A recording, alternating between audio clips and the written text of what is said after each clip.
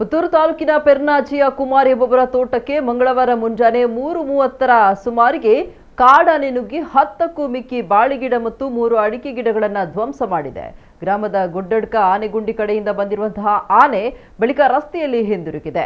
ಸತತ 4 ದಿನಗಳಿಂದ ಈ ಆನೆ ಎಲ್ಲಿಗೆ ಹೋದ್ರೂ ಮತ್ತೆ ಪೆರ್ನಾಚಿಗೆ ಬರ್ತಾ ಇದೆ. ಯಾವುದೇ ಸೋಲಾರ್ ಬೇಲಿ ಅಳವಡಿಸಿದ್ರೂ ಈ ಆನೆಯ ಮುಂದೆ ನಿಷ್ಪ್ರಯೋಜಕ.